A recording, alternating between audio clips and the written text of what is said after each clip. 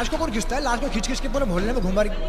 57 चाकू लाश मारे हैं, 57 चाकू। वही मार के उसने ये कह दिया मैंने मार दिया, जेल जाऊंगा। చెప్తున్నా కదా, సోషల్ మీడియాని అస్సలకే నమ్మొద్దు, ఘోరంగా మోసపోతాం.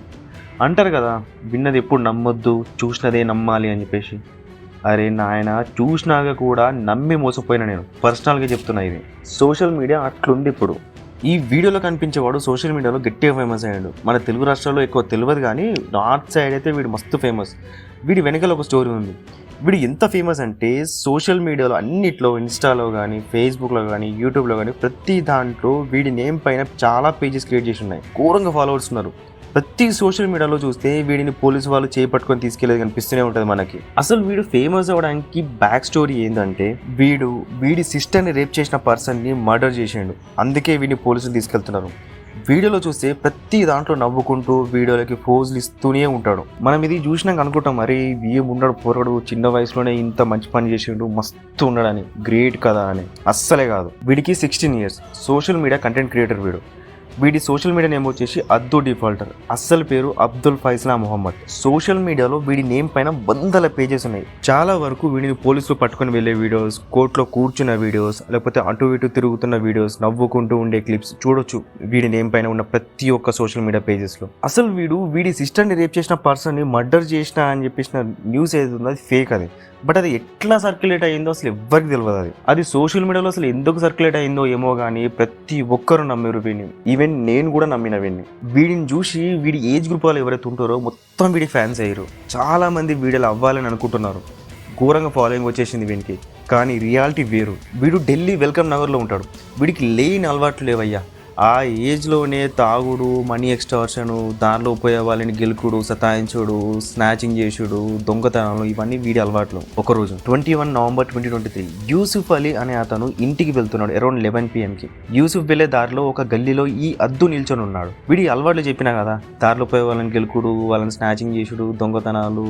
యూసుఫ్ని దారిలోనే ఆపేసి మనీ ఇవ్వమని అడిగిండు. పాపం యూసుఫ్ ఎట్లా అంటే డైలీ పని చేసి ఇంట్లో వాళ్ళని చూసుకునేవాడు అన్నట్టు. మనీ ఇవ్వు అంటే లేదు నేను ఇవ్వా అని అన్నాడు. ఆయన మీరే చెప్పండి, ఎవరైనా ఇస్తారా? ఎందుకు ఇస్తారు చెప్పండి. ఈ నెక్స్ట్ వీడియో ఏం చేసిండు అద్దు, ఇక జేబులో నుంచి ఒక చాకు తీసాడు, పొడవడం స్టార్ట్ చేసాడు. ఎవరైనా ఒక్కసారి లేకపోతే 2 సార్లు పొడిచిపోతారండి, పొడిచి పారిపోతారు. కానీ వీడు కంటిన్యూస్గా పొడుస్తూనే ఉన్నాడు. 2 minutes లో 50+ times పొడిచాడు. आने के बाद यहाँ नीचे जहाँ पर फिलहाल पुलिस ने इसे क्राइम स्पॉट बनाया हुआ है, यहाँ पर उसे रखता है और फिर ताबड़तोड़ उसके पास से एक नुकीला हथियार बरामद हुआ है.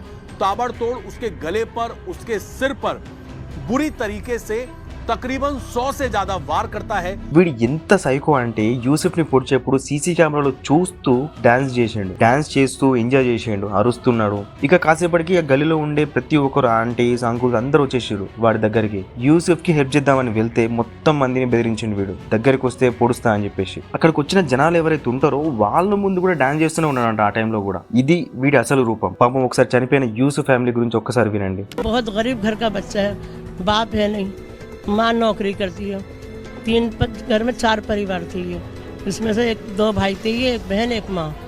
इसको बहुत बेदर्द से मारा है.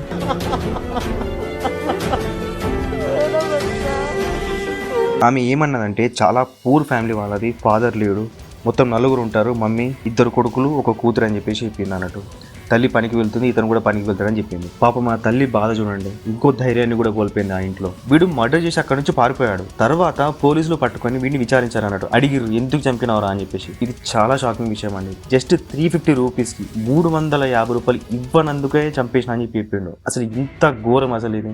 350 రూపీస్ ఇవ్వనందుకు యూసుఫ్ని చంపేసాడు. ప్రెసెంట్ టైంలో ఇది చాలా నార్మల్ అయింది. సోషల్ మీడియా వల్ల ప్రతి ఒక్కడు రౌడీ లేకపోతే ఏదో గుండా అవ్వాలని అనుకుంటున్నాడు. ఈ ఇన్సిడెంట్ తర్వాత వీడికి ఎంత ఫాలోయింగ్ వచ్చిందంటే మస్తు మంది వీడి గ్యాంగ్ లో చేరాలని లైన్లు కట్టిరంట.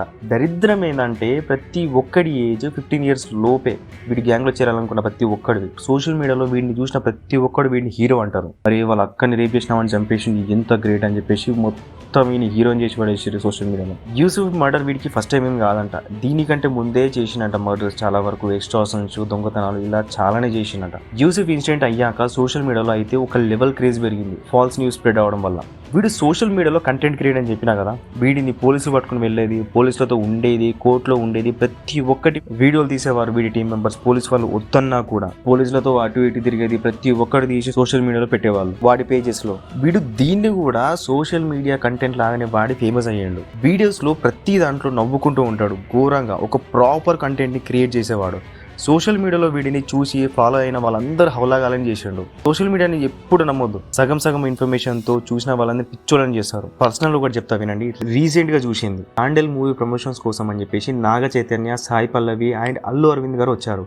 ఒక లాంగ్ వీడియోని కంప్లీట్ ప్రమోషన్ వీడియో నుండి ఓన్లీ సాయి పల్లవి అండ్ అల్లు అరవింద్ గారి పక్కన నుంచి వెళ్ళి వేరే సైడ్ కూర్చున్న క్లిప్ తీసి మొత్తం అరవింద్ గారిని బ్యాట్ చేసి సాయి పల్లవిని తోపు అది ఇదని చెప్పేసి పెడుతున్నారు సోషల్ మీడియాలో. అసలు ఏందయ్యా ఇది? సోషల్ మీడియాని ఫాలో అయ్యే వాళ్ళు చాలా జాగ్రత్తగా ఉండాలి. అక్కడ సాయి పల్లవి రెస్పెక్ట్ తో అంత పెద్ద మనిషి పక్కన కూర్చోవడం కరెక్ట్ కాదని వేరే సైడ్ వెళ్ళింది. అరవింద్ గారు కూడా ప్రెస్ మీట్స్ లో కానీ వేరే మీటింగ్స్ లో చాలా సార్లు అన్నారు, నువ్వు నా సొంత కూతురు లాంటి దానివి అని. బ్యాక్ టు అర్ధు డిఫాల్టర్ స్టోరీ. వాడి ఏజ్ గ్రూప్ వాళ్ళు అంటే అరౌండ్ 12 to 17 years లోపు వాళ్ళే ఇట్లాంటి చిల్లర కథలకి ఇన్స్పైర్ అయ్యి ఘోరమైన పనులు చేస్తున్నారు. ప్రతి ఒక్కడు సోషల్ మీడియా నుంచి ఇన్స్పైర్ అయిన వాడే. అసలు ఈ అర్ధు డిఫాల్టర్ ఎవడైతే ఉన్నాడో అసలు ఎక్కడి నుంచి ఆర్ ఎవరి నుంచి ఇన్స్పైర్ అయిండో కానీ మనీ కోసం వీడు చేయాల్సిన గలీజ్ పని అన్ని చేసిండు. సోషల్ మీడియాలో ఒక పర్ఫెక్ట్ స్ట్రాటజీతో వీడు చేసే లంగ పనిని ఒక పాజిటివ్ వేలో చూపించాడు. వీడు ఎక్కడికి వెళ్ళినా వీడియో తీసే వాళ్ళు ఉంటారు. పోలీస్ స్టేషన్ లేకపోతే కోర్టు ఏదైనా కానీ వీడియో తీయాలి, ఒక సాంగ్ యాడ్ చేయాలి, కథం సోషల్ మీడియాలో అప్లోడ్ చేయాలి. సో ప్లీజ్ ఈ వీడియో చూసే ప్రతి ఒక్కరికి నా రిక్వెస్ట్, సోషల్ మీడియాలో చూసి ప్లీజ్ వెంటనే జడ్జ్ చేయకండి. 90% చెత్తనే ఉంది సోషల్ మీడియాలో. చిన్న పిల్లలకి ఏదో ఒకటి చేసి ప్లీజ్ వాళ్ళకి అలవాటు మాత్రం చేయకండి. ఒకవేళ ఫోన్ అలవాటు అయితే వాళ్ళని ఏం చేయరా అన్నప్పుడు ఆ ఫోన్లో అట్లీస్ట్ వాళ్ళ దాంట్లో సోషల్ మీడియా యాప్స్ ఉండకుండా చూసుకోండి. That's all for this video friends. వీడి గురించి విన్నాక మీరు ఏమనుకుంటారు, వీడిని ఏం చేస్తే బాగుంటుంది అనుకుంటారో కమెంట్ రూపంలో చెప్పండి. Thanks for watching this video and ఇంకా ఇలాంటి క్రైమ్ స్టోరీస్ కోసం please subscribe to my channel and signing off me Nani.